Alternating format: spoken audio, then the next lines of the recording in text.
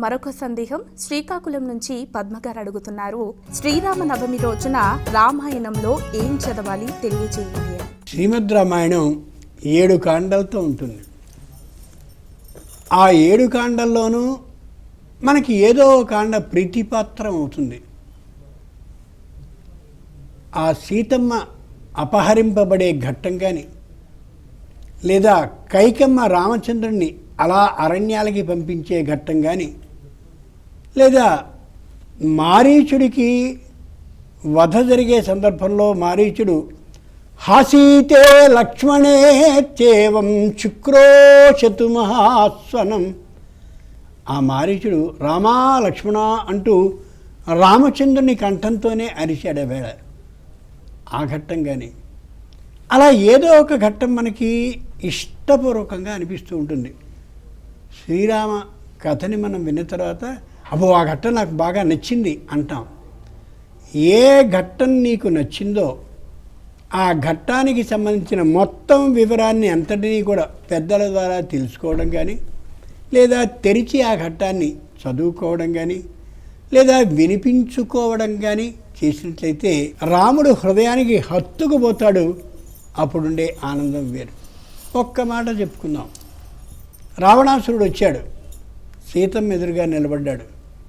సీత, నాకంటే అందగాడు కాడు నీ రాముడు. సీతమ్మ, నాకున్నటువంటి దాసీ జనుల సంఖ్య ముందు నీ రామచంద్రుడికి ఒక్క దాసుడు దాసీ లేరు. నాకున్నటువంటి లంకా సామ్రాజ్యం ఎంతుందో ఆ సామ్రాజ్యంతో నీకున్నటువంటి ఆ అయోధ్య నగరం ఏమాత్రం సరిపోదు. రామచంద్రుడి విషయంలో నేను బంగారపు మంచం మీద పడుకుంటాను, బ్రహ్మాండమైనటువంటి పరుపు మీద నిద్రిస్తూ ఉంటాను.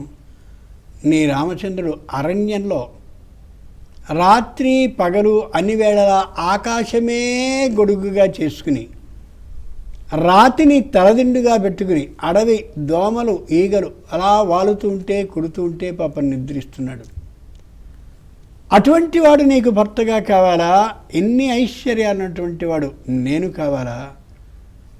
మళ్ళీ జీవితంలో అటువంటి ఉత్తమమైన స్థితి వచ్చి అయోధ్యకి వెళతాడు అనేటువంటి నమ్మకం నాకైతే ఏమాత్రం లేదు.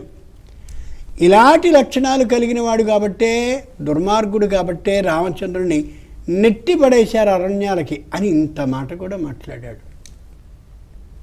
ఈ విధానాన్ని ఆలోచిస్తే ఏమనిపిస్తుంది? నిజమే కదా, బాగా సంపద కలిగిన వాడు, అందం ఉన్నవాడు, ఐశ్వర్యం ఉన్నవాడు, దాసదాసీ జనం ఉన్నవాడు, హోదా ఉన్నవాడు, దేవలోకానికి కూడా వెళ్ళగలిగినవాడు, దేవలోకం నుంచి ఎన్నెన్నో వస్తువుల్ని తెచ్చుకున్నవాడు, ఇతడు నా భర్త కంటే గొప్పే కదా అనుకోవాలి.